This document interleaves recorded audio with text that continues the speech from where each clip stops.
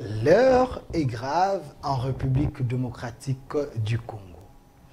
Depuis l'avènement de l'actuel chef de l'État, Félix-Antoine Tshisekedi au pouvoir, il se bat pour terminer ces problèmes qui gangrènent nos institutions, la corruption, les détournements et les antivaleurs. Alors, la question que l'on se pose, qui peut aider les chefs de l'État pour que le Congo et les entreprises de l'État fassent mieux pour relever les défis de la République démocratique du Congo? Nous avons l'IGF aujourd'hui avec M. Gilles Alingeti, nous avons l'appel C et nous avons les cours et tribunaux. Est-ce les politiciens ont la même mise sur ces institutions de la République? Toutes ces questions très questionnantes, nous cherchons à comprendre certaines révélations et certaines choses par les gens qui se sont donné les goûts d'aller fouiner, chercher les informations pour nous présenter et nous aider à comprendre comment le pays marche. Hier, sur ces plateaux, j'étais avec M. Leader Balekelai, journaliste d'investigation, l'homme qui a plus de 20 ans dans ces métiers. Ce n'est pas une personne qu'on peut présenter aujourd'hui, c'est quelqu'un qui a traversé le tempête dans ces métiers. Et en direct, il y a le PCA de l'OGEFRAM qui avait écrit pour accepter à prendre part à un débat républicain autour de ces dossiers qui créent trop de tensions sur la place publique et sur la toile. Qui a détourné dans l'OGEFRAM? Qui est à la base de ces détournements? Le PCA dit qu'il y a eu détournement. Est-ce vrai? Il y a eu détournement ou il y a un malentendu? Alors, aujourd'hui, M. Leader Balekelai, il a répondu à l'invitation parce que c'est un engagement pris devant le public international et national et devant tous les Congolais. Monsieur Leader Balekelai, soyez le bienvenu. Merci bien, cher Delphin. Merci de l'invitation. C'est un honneur pour moi et une belle occasion de saluer ici la grandeur d'esprit de la direction générale de la télévision 10e rue, de toute l'équipe, mais aussi le professionnalisme qui fait qu'aujourd'hui, je peux dire à l'opinion que 10e rue, c'est une télévision ouverte à toutes les opinions. C'est une télévision qui vient effectivement problématiser la vision du chef de l'État et partant la vision de feu Étienne Tshisekedi qui a longtemps lutté pour la démocratie dans ce pays et qui dit démocratie dit la liberté de penser, la liberté d'expression. Je peux attester que cet exercice de ce jour confirme bien entendu la matérialité de la vision du Sphinx des libertés. Le président actuel, Félix-Antoine Tshisekedi, c'est un démocrate. Comme dans un pays qui se respecte, Jean-Pierre Yamba qui a dit l'esthétique démocratique. Ça aurait été mieux sur ces plateaux que nous puissions avoir monsieur le PCA de l'OGEFRAM, monsieur Amis Makutano, qui nous avait écrit en direct hier qu'il allait prendre part aujourd'hui dans cette émission pour éclairer l'opinion par rapport à ces dossiers qui, lui, continue à confirmer qu'il y a eu détournement. Alors, il m'a appelé pour me dire qu'il est empêché, parce qu'à la dernière minute, il a été appelé d'urgence au Parlement. Vous êtes sans ignorer, il est l'élu des Funa, il est député national, il a été appelé d'urgence au Parlement pour un travail qui concerne également la République démocratique du Congo. Sur ce, il a présenté ses excuses, il ne peut pas être là aujourd'hui, sa chaise est là. J'aimerais que l'équipe m'aide pour que le public ne pense pas qu'on n'a pas voulu donner le plateau à M. Amis Makutano, la chaise est vide. L'homme s'est excusé, mais du moins, comme la logique oblige que on ne pouvait pas zapper ou s'en passer. Il fallait quand même recevoir celui qui était là, un homme très respectueux, M. Leader Balekelai. Il est là. Ça vous laisse. Vous êtes venu pour un débat républicain. L'autre n'est pas là. Il a présenté ses excuses. Ça vous laisse ou vous pouvez comprendre que ça peut arriver parce que les députés nationaux. Non, non, non, non. Quand on prend un engagement devant le peuple, on doit aussi savoir que même quand on est à l'hémicycle, c'est au nom du peuple qu'on y représente.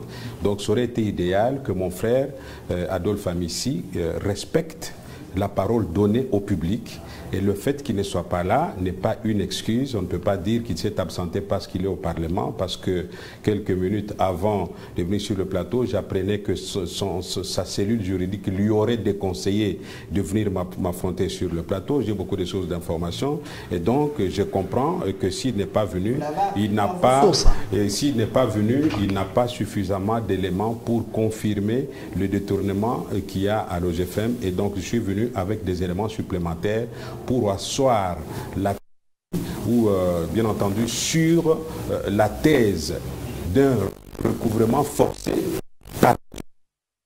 d'un détournement comme il ne cesse de le clamer. Alors, pas de problème, parce que vous êtes là, je vais vous donner quelques minutes que vous puissiez expliquer à l'opinion nationale et internationale. Je persiste que M. Amis Makuta nous a présenté ses excuses parce qu'il est empêché. Vos propos vous engagent. Si vous pensez qu'il a fui les débats, alors je vous donne la parole. Qu'est-ce que le public peut retenir aujourd'hui de votre présence sur ces dossiers du détournement dans l'OGFM, parce que vous êtes journaliste d'investigation? Je vous remercie d'abord vous-même pour ce sens de fair play, de professionnalisme dont vous faites preuve ce jour, en acceptant que l'émission se tourne dans les conditions voulues par la loi, parce que moi j'étais prêt vraiment à échanger avec mon frère Amissi en tant que journaliste d'investigation. Mon souci principal ayant été de lui démontrer qu'effectivement je suis journaliste d'investigation, parce que lui il semblait me dénier cette qualité. Il n'y a pas de problème, c'est un frère, nous sommes des chrétiens, je lui accorde mon pardon par rapport à ce dénigrement. Mais pour revenir à ce qu'il dénonce, j'aimerais ici, dans une démarche pédagogique, apporter un éclairage terminologique sur certaines notions qui ont semblé faire défaut dans la compréhension de la problématique qui se passe au niveau de l'OGFM. La première notion que j'aimerais éclairer à l'intention de mon frère Adolphe Amissi, qui me suit en direct, j'espère qu'il ne va pas, il va plus transmettre les questions par SMS comme hier, c'est la notion de la saisie à la source, la saisie conservatoire à la source. Parce qu'il était étonné, il a dit non, comment un problème qui se passe au Congo et puis on fait la saisie à partir de la source en dehors du pays. Pour réduire les limites de sa sous-information, je tiens à relever que la saisie conservatoire est opérée chez les créanciers détenant des avoirs de l'OGFM. Celui qui saisit n'a pas besoin de connaître le numéro de compte de l'OGFM. Il n'a pas besoin de l'autorisation ni du conseil d'administration, ni du président du conseil d'administration, encore moins du directeur général de l'OGFM. Et donc, on saisit les banques de l'OGFM et les comptes, bien entendu, des mandataires parce qu'ils détiennent effectivement les comptes de l'OGFM. Et quel est le risque dans cette opération pour une banque sur laquelle on veut effectuer une saisie conservatoire et qui s'y oppose? La conséquence ou le risque, c'est que cette banque risque de s'exposer effectivement à la saisie de ses propres avoirs si elle ne se soumet pas à une décision de justice. Donc, on doit donc comprendre que la saisie qui s'est opérée sur les comptes de l'OGFM à partir d'Afrique du Sud est une procédure reconnue en droit. Il y a d'ailleurs une expression pour les initiés qu'on appelle exéquature. L'exéquature, ça veut dire le fait d'exécuter à l'étranger une décision prise par les instances judiciaires d'un autre pays. Donc c'est ce qui s'est passé dans le cas de l'OGFM.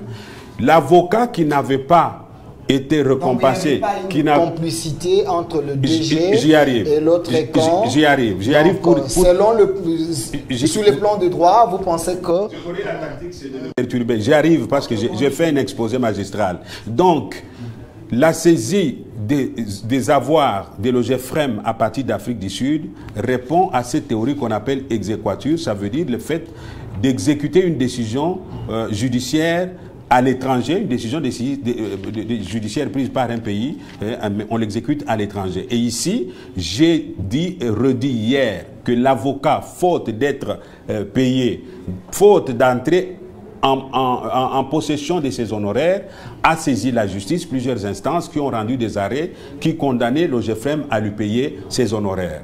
Et comme parmi les mandataires de l'OGFM à l'étranger, il y a un mandataire qu'on appelle Transcom, la justice sud-africaine, dans le cadre de la coopération judiciaire, avec les huissiers et les avocats sud-africains saisis dans le procès sous examen, ont pu effectuer donc cette saisie conservatoire à l'étranger. Et donc, il n'y a pas une confusion possible en ce qui concerne... Je continue, monsieur le journaliste, je vais vous revenir parce que c'est moi qui fais l'exposé. Vous allez poser toutes vos questions.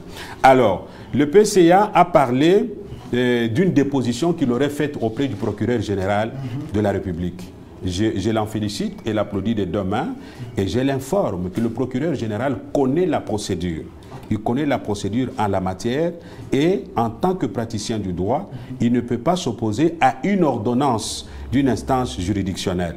Raison pour laquelle il a entendu, si effectivement il y a été, et il sait qu'un acte transactionnel est un acte qui met fin à un litige qui opposait automatiquement l'OGFM donc à l'avocat Boukoko. Donc cet acte transactionnel contient ce qu'on appelle en droit pour les juristes, je ne le suis pas, mais on fait un effort pour se cultiver au jour le jour, et revêt une force de loi, à force de la chose jugée.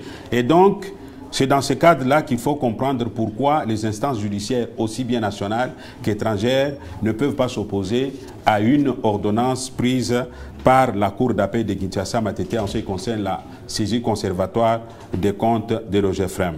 Alors, l'avocat s'est plaint d'avoir été cité dans cette émission, alors que lui n'a fait que son travail d'avocat. Il dit se réserver le droit, le cas échéant, de saisir les instances judiciaires pour diffamation, parce qu'il estime avoir fait son travail comme le contrat qui le lie, le contrat d'abonnement judiciaire qui le lie à l'entreprise le stipule. Donc ça ne m'engage pas, je ne suis pas son porte-parole. Et donc pour terminer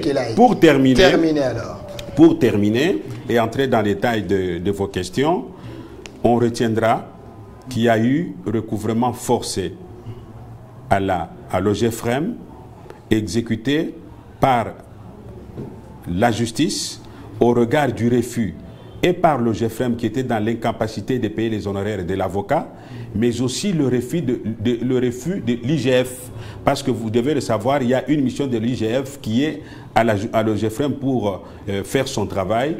Et donc, face à la justice, personne ne peut donc se prévaloir de ses propres turpitudes, raison pour laquelle la décision a été exécutée et nul n'est au-dessus de la loi, encore moins l'OGFM, encore moins le DG de l'OGFM, encore moins la direction générale, encore moins le conseil d'administration, mais aussi l'IGF, parce que je l'ai dit hier, la justice est rendue au nom du peuple congolais et les arrêts de la justice, des justices sont rendus au nom du président de la République, qui est le magistrat suprême. Et donc l'intérêt pour nous, c'est d'inviter les uns et les autres à l'apaisement pour le bon fonctionnement de l'entreprise, que le conseil d'administration et la direction générale se mettent ensemble autour du ministre des tutelles, aplanissent leurs divergences et aident le chef de l'État à impulser l'élan de la bonne gouvernance qu'il veut voir dans les entreprises. Monsieur Ludor Balekela, je vous ai laissé suffisamment de temps pour que les gens puissent saisir.